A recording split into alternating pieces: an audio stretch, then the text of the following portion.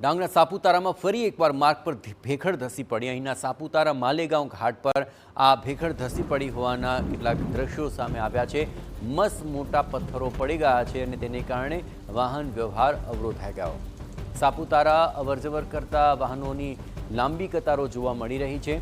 તંત્ર દ્વારા હવે માર્ગ પરથી પથ્થરો અને માટી હટાવવાનું કામ શરૂ કરાયું છે।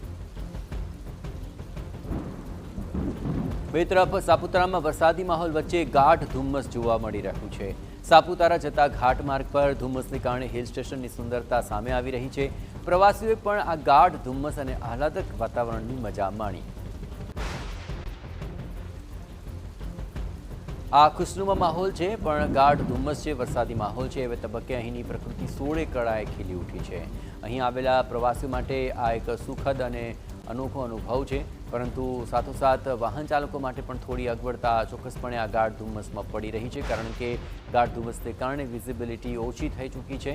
બે તરફ ભેખડ ધસી પડવાને કારણે પણ અહીં હાલાકીનો સામનો વાહન ચાલકો કરી રહ્યા છે।